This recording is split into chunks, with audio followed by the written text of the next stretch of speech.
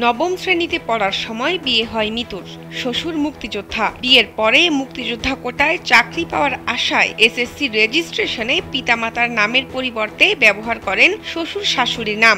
একই কায়দায় জাতীয় পরিচয়পত্রেও পিতামাতার স্থলে শ্বশুর শাশুড়ির নাম ব্যবহার করেছেন তিনি। পড়াশোনা শেষে সেই মুক্তিযোদ্ধা কোটায় সরকারি প্রাথমিক বিদ্যালয়ে চাকরিও পেয়ে যান মিতু।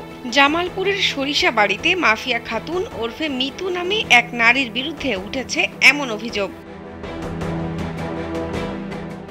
মিতু বর্তমানে জামালপুরের সরিষাবাড়ি উপজেলার ভাটারা ইউনিয়নের ৬১ নং মহিষা বাদুরিয়া সরকারি প্রাথমিক বিদ্যালয়ে শিক্ষকতা করছেন। মিতুর কাছে এ ব্যাপারে জানতে চাইলে তিনি কথা বলতে চাননি। বাংলাদেশের একমাত্র multinational tiles brand আরএকে ceramics.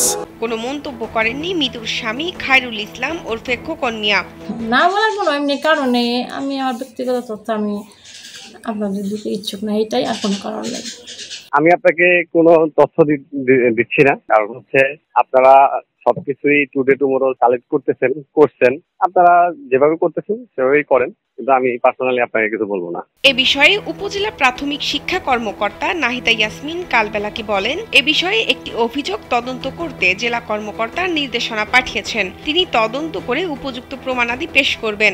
Mafia Akter Mitu সহকারী শিক্ষক মহিষাবাদরিয়া সরকারি প্রাথমিক বিদ্যালয় সম্পর্কিত একটা অভিযোগ তদন্ত করার জন্য আমার কাছে কালকে পাঠানো হয়েছে। আমি দ্রুত এই বিষয়ে তদন্তের জন্য চিঠি দিব এবং তদন্ত করে প্রতিবেদন পাঠিয়ে দেব। উপজেলা নির্বাহী কর্মকর্তা শারমিন আক্তার জানান, তিনি বিষয়টি শুনেছেন এবং প্রাথমিক শিক্ষা কর্মকর্তাকে এ বিষয়ে তদন্তের নির্দেশ দিয়েছেন। সত্য প্রমাণিত হলে তার বিরুদ্ধে আইনানুগ ব্যবস্থা নেওয়া হবে।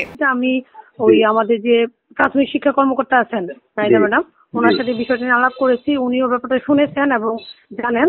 উনি আমাকে বললেন যে ওনারা ব্যবস্থা নিচ্ছেন। এর পরবর্তীতে আমাকে একটা ওই যে পেপারের একটা লেখাও আসছিল, ওইটা দিয়েও আমি ওনাকে পাঠিয়ে দিচ্ছি। উনি ব্যবস্থা নিচ্ছেন আর কি ব্যাপারে। এটা আমার কাছে মনে হয়েছে যে এটা তো পুরো আইন বহির্ভূত হয়েছে এবং এটা ওনারা বলেছেন যে এটা ওনারা প্রপার ব্যবস্থা নেবেন। আমি প্রয়োজন আজকে আবার ওনার সাথে নিয়ে কথা বলবো। স্থানীয়রা বলছেন, শ্বশুরকে বাবা বানিয়ে মুক্তিযোদ্ধা কোটায় চাকরি নেওয়া জালিয়াতি। এই অপরাধের বিরুদ্ধে অবিলম্বে আইনানুগ ব্যবস্থা নেওয়া দরকার। শাহনাজ পারভিন, কালবেলা।